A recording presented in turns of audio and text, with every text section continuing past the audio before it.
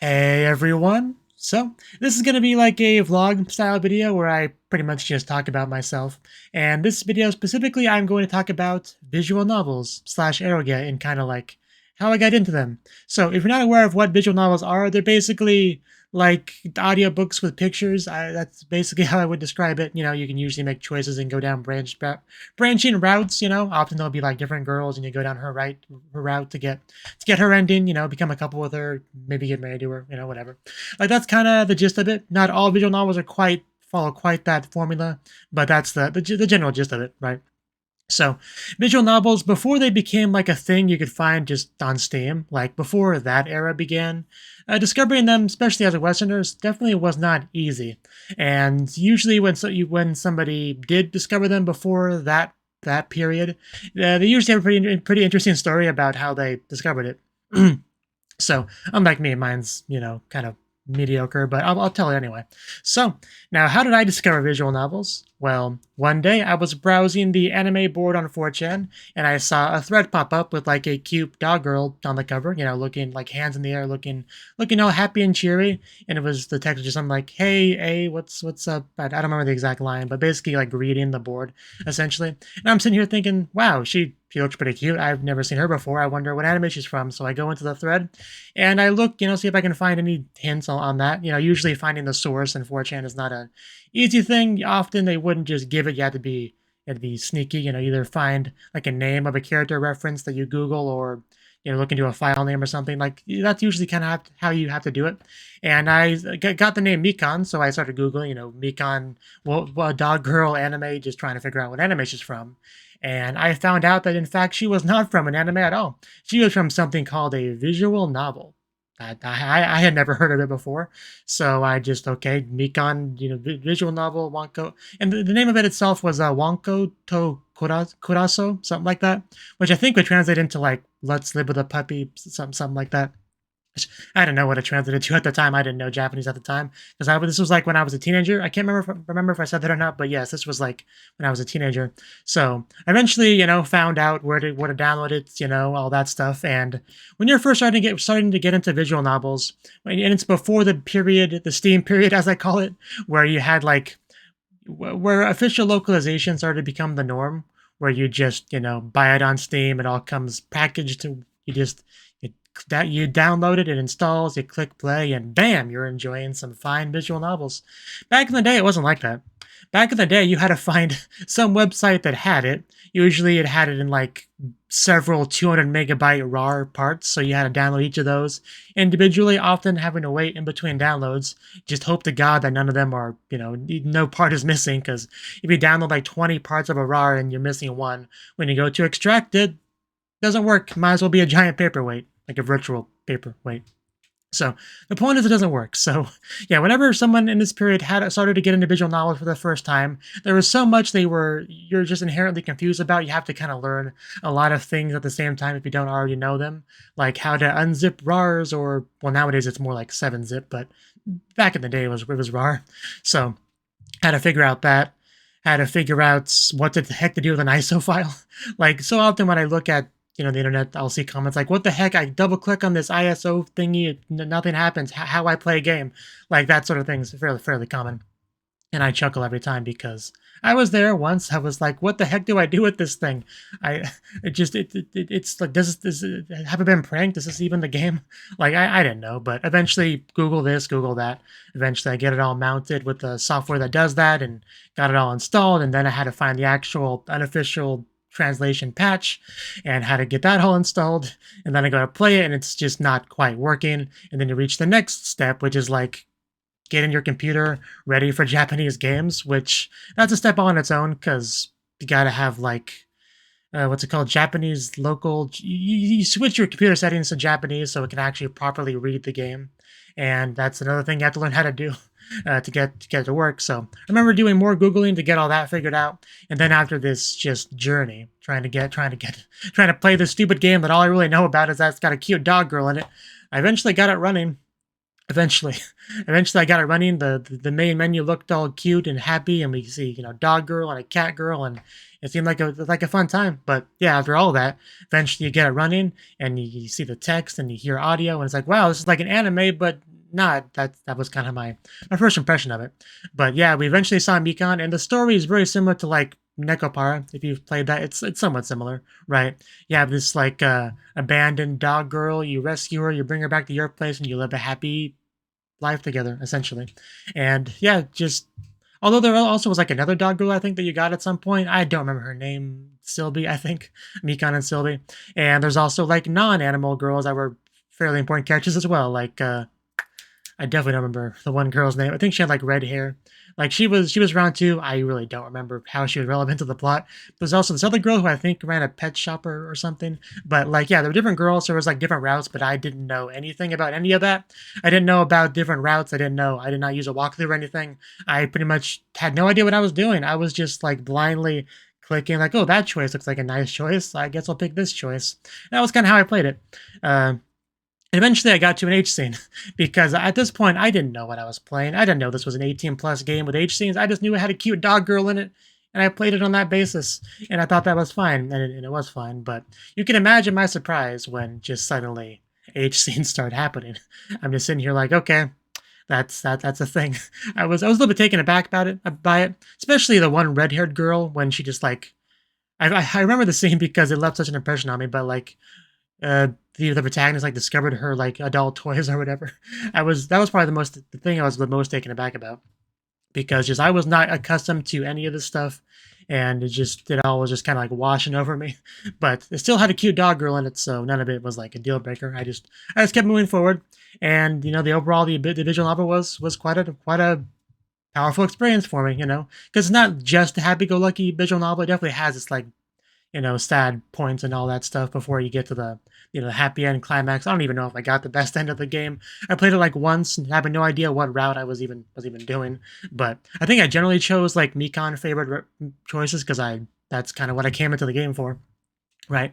So even though if I played it now, I'd probably think it was a somewhat mediocre visual novel. At the time, as my only visual novel I've ever played, I absolutely loved it. I have really powerful nostalgia goggles for that thing. I thought about going back to it. I might at some point, but there's just like so many other visual novels I have not yet played. It's kind of hard to justify that, but yeah, at that point I had become a visual novel player, because I completed it, and I was like, okay, I have discovered this whole new genre of anime adjacent content, so there's got to be other stuff out there, right? So that's kind of when I began my journey looking at visual novel recommendation charts and stuff like that, because at that point there really wasn't a whole lot of translated, good visual novels. It was all basically fan translations for the most part, with a few exceptions like Ever 17 or whatever, but they were definitely not the norm. Nothing like what it is now, when it seems like every other day some fancy visual novels getting translated. But it was not like that. It was not like that back then. You just kind of had to like, you heard some fan translator being like, okay, I'm picking up this game that a bunch of people want to play, and this is my blog where I will post updates on my translation progress, and sometimes you get updates, sometimes you wouldn't. Sometimes no updates would happen for 2 years until everyone just kind of gives up on it. Like, it was very hit or miss whether or not any of these projects would actually finish, because as it turns out, translating a game with like tens of thousands of lines of text for free, as just a hobby, as just a passion project, not a lot of people can actually could actually do that. Like, it's a much bigger undertaking than a lot of people initially think. Like, it's nothing like translating like an episode of anime that has like 400 lines of an episode. It's a whole different ball game, especially because you actually have narration and stuff that's a little bit more difficult to translate. So yeah, that was a bit of a tangent, but yeah, I eventually found what my second visual novel would be, and that was Saya no Uta, which I actually have a physical copy of back there somewhere. Like I have a physical copy of that. I might as well just go grab it. Okay, so I found it. This is Saya no Uta, and this was my second ever visual novel that I played. And by the way, this video is not scripted at all, or has no bullet points, no guide at all, so I will just go off track and ramble a lot. But yeah, Sai no Uta was my second visual novel. It was quite a bit of a jump as far as like the type of game it was from Wanko to Koroso, which is a fairly lighthearted, just living a happy life with a dog girl game. This was a very dark and depressing life of this guy with some kind of mental disability, resulted from an accident, and kind of just ruined his whole life, but has one beacon of light in it to give him a reason to keep living, right? So Definitely, yeah, very dark, edgy sort of visual novel, but I absolutely love. Again, I absolutely loved it when I played it. Even now, I do think it holds up pretty well. Like, just yeah, I definitely should go back to play that one again at some point. But same thing, there's still so many other games to play. And from there, I just like started to get a little bit less picky, just kind of going to whatever I could find. Like I played the Katawa Shoujo trial. Like before the full-on Katawa Shoujo came out, they had a trial version that I played, and then I began to wait for the full version that I also eventually played when that came out.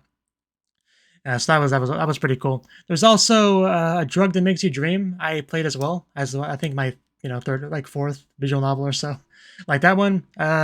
Not a huge fan of that one. I mean, I don't even remember why I played it really, but man, that one was depressing, especially in the bullied girls route. Jesus Christ! But yeah, I didn't even play all the routes. I think I only played 2 routes, and I did not play the one with like the student council president. Was she the student council president or class rep or something? I don't quite remember. But yeah, I did some of that one too. And my 5th visual novel was actually Fate Stay Night, which is a lot of people's first visual novel from what I've heard. Because a lot of people will watch the Fate Stay Night anime and see someone be like, this sucks, the visual novel's way better. And someone will be like, what the heck's a visual novel? And then they go to Fate Stay Night. So that's actually a lot of people's gateway visual novel. It was not mine. But I played it. And it was definitely pretty lengthy, and it was great in its own way. Definitely, like, it was definitely the longest visual novel I played. Like, I struggled at some points to continue with it, especially in some of the slower bits.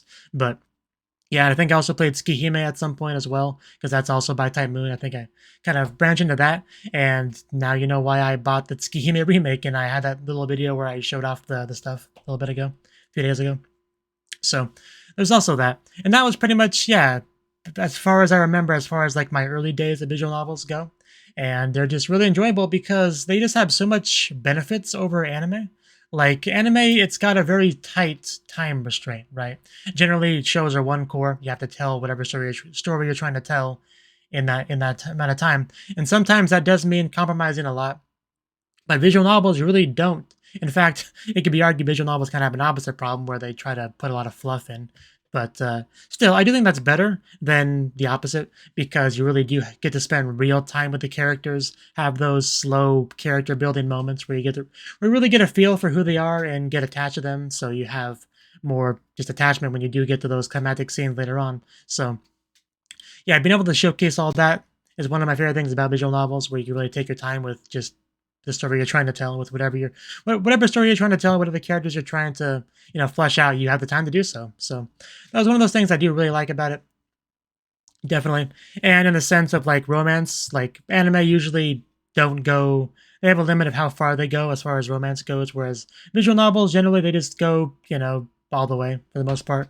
There's not as much like will they, won't they. There's not a lot as much just kiss already. Like you go down the girl's route, you get a decent amount into it, and you get to that point where with kissy and stuff, and then you live happily ever after, right? One of the best things about visual novels is probably just the fact that they end, right? Because anime, so many of them are adapted from a manga or a light novel, and it's just a glorified advertisement for the source material, which, I've gotten used to that. But visual novels are actually made as a start to finish full-on experience. You grab it, you install it, you play it, you experience the whole story. Like sometimes there's sequels, not super often, but sometimes there's spin-offs, but more often than not, it's just you have the visual novel, you have those characters, you experience the characters that you like, you ignore the ones you don't like, and then you have that whole experience as a part of you, throughout the couple weeks or however long it takes you to read that. You're one and done. You don't just like buy volume 1 of the visual novel and you wait for volume 2 of it to come out, and by the time it does come out, you're like, okay, where did we leave off again? What characters did I like again? Like that sort of thing. Again, some visual novels do that episodic sort of thing, but it's definitely not the norm. So the fact that it actually is a completed product is another big thing that I do like about visual novels. At this point, I think I've played almost 100 visual novels. As far as like some of my favorites, the Love trilogy definitely is one of the best experiences I've had in a visual novel. Just the journey that was incredible. Shari no Kuni, Jisenjo no Mao was a good one as well. Let's see what else. I mean, Flyable Heart was pretty good as well, definitely. Like a lot of these I've played a long time ago, so I can't really like give good summaries, good reviews of them. But I do remember I really enjoyed them, definitely. So the thing about visual novels is that it's actually not that cut and dry of a category. Like, because there's some stuff that sometimes get called visual novels, but they're like so gameplay heavy, it's debatable whether you can call them a visual novel, but a lot of them still are on the visual novel database website, so like it's like that. But yeah, so some of the gameplay focused ones that I really liked were Sengoku Rants, Daibansho, Eve Nickel, Galzu Island. Let's see. I mean, lately I probably have been playing more gameplay focused ones than non gameplay focused ones. But yeah, those ones are all really good. Dona Dona as well. These are like pretty much all from Ellis, honestly, because they just make a lot of great games. But Kamidori Alchemy Meister is also one of the best eroge or best gameplay visual novels I've played. The story, not the best thing in the world, but the gameplay is what keeps me coming back. That's what kept me playing that for like easily over 100 hours. It's kind of ridiculous, but just I love that whole thing so much where you just like you want to make things, so you have to like go to whatever environment has the resources for that. So you gather them all up and you make the thing, and you either use the thing or you sell the thing. I live for that shit. Like seriously, the Commodore Alchemy Meister really scratched that itch for me. In fact, I plan on playing Himagari Alchemy Meister. I think it's what it's called. Himagari something or other. It's sort of like a predecessor to Commodore Alchemy Meister. It's not translated, so yeah, those are all stuff for sure you should check out if you haven't. But yeah, just a lot of great stuff out there if you look for it. The whole visual novel thing, it's a bit of a rabbit hole. You play one or two, you look for recommendations, and you look at those fancy visual novel recommendation charts, and you get more and more stuff, and you just kind of look for what appeals to you. Ever 17, that's another good one that I played a long time ago. That was probably like my 6th or 7th visual novel. That one's really good too, especially if you want that more like suspenseful story, what mystery solving, like what's going on, life or death kind of thing. Like again, been so long since I played it, I couldn't possibly give a good summary of it, but I remember also being pretty happy with that by the time I finished it. Because visual novels, you can kind of separate them into two categories. There's the more plot-focused ones, and then there's the more like character cuteness-focused ones, usually referred to as plot gay or moe-ge. But just because you like one of those types doesn't necessarily mean you like the other. But yeah, Ever 17 is definitely a more plot-focused one. Fate Stay Night also as well. Whereas Wanko to Kuraso is more, more cuteness-focused, more just having a good time together, living your life sort of thing. I like both those kind. I more play moe-ge, honestly, because they're just easier to read. And lately I have basically been just reading visual novels in Japanese to improve my Japanese. So moe-ge has been more of what I've been gravitating to, especially lately. Honestly, I'm kind of nostalgic for that period before, Steam popularizing visual novels in the West. Just the environment was so different, like it was less convenient because obviously we weren't getting as much stuff translated, but still, it just was better, I think. Like nowadays, we have situations where like Alisoft is like, "Hey guys, we decided to localize this game, ourselves. It'll try to put it on Steam. It'll be great." And then, what kind of responses do they see on Twitter? It's like basically, "F you, how dare you not, uncensor this for us Western people? No buy, fuck you, yeah, blah blah blah." Just entitled man children on the internet. And I'm just sitting here like, guys, you would not have survived back in my day. Like with those fan translations, it was never uncensored with them. Like pretty much never. Like it was never an expectation. It never happened. You just were happy that it got translated at all because that was very uncommon. And now you just have these just entitled, demanding, just you don't know how much that frustrated me when I first saw that. Because I'm sitting here all excited that Alisoft is trying to do its own thing, cut off from Manga Gamer, since I'm not a big fan of them because of a certain controversy. But I'm not going to get into that here. But I was excited about it. I was happy about it. So seeing that sort of attitude just really, really irked me, honestly. But, it is what it is. But what it is frustrated me. Like, it's one thing when you complain about, say, a localization company cutting out something that was in the original because either it offends them personally or they're worried about complaints from someone or whatever. Like, that's one thing. Complaining because a company that's, considered enough, cares about you enough to actually take their game, translate it into an entirely different language, and give it and allow you to play it without having to learn their language. That they go through all that, and your response is, well, that's not good enough. So you gotta change it more, to really make it worthy of me. So get on that, or my money's my money. So go away. Like I can't be alone and be a little bit frustrated by that attitude. Like just okay. I'm done talking about that now. Let's move on to something else. I feel like I should recommend, like, for people who haven't played a visual novel yet, I should kind of recommend something that they should start with. but it kind of depends on what you're looking for. Like Fate Stay Night is a good starting point if you think you can handle a really long game, right? But that is the thing; it is quite long. But then there's something like Sayano Uta, which is also a good starting point because that's really short, but it's also not exactly representative of the average visual novel. It's kind of very unique in its own, its own style, the kind of story it tells. So there's also that. And I kind of want to recommend Flyable Heart, but that's like not translated. I mean, it sort of has a weird machine translation thing, but I don't really count that. So Katawa Shoujo I know gets recommended a decent amount as a starter visual novel, and it's probably fine. Honestly, it's probably a good starting point in the sense that it's like a Western visual novel, so the adjustment to Japanese storytelling, it's less of an abrupt transition, I guess, if you're used to reading like the books in your country to a Japanese book, right? So it's probably a good transitional visual novel, kind of on that basis. But it really doesn't matter too much for the most part. Just like pick something that seems interesting to you and read it. It's really all it comes down to. So yeah, that's pretty much all I had to say. The only real point of this video was to just kind of like talk about myself a little bit. If anyone actually hasn't started playing visual novels and maybe was on the fence about it, maybe this video will push them to go do that. I don't know, probably not. But I just kind of wanted to try talking to a camera. No game in front of me that I'm playing, no anime in front of me I'm watching. Just a chance to talk to someone, to an object that transitions my thoughts to the internet. So that's what I did. So bye bye.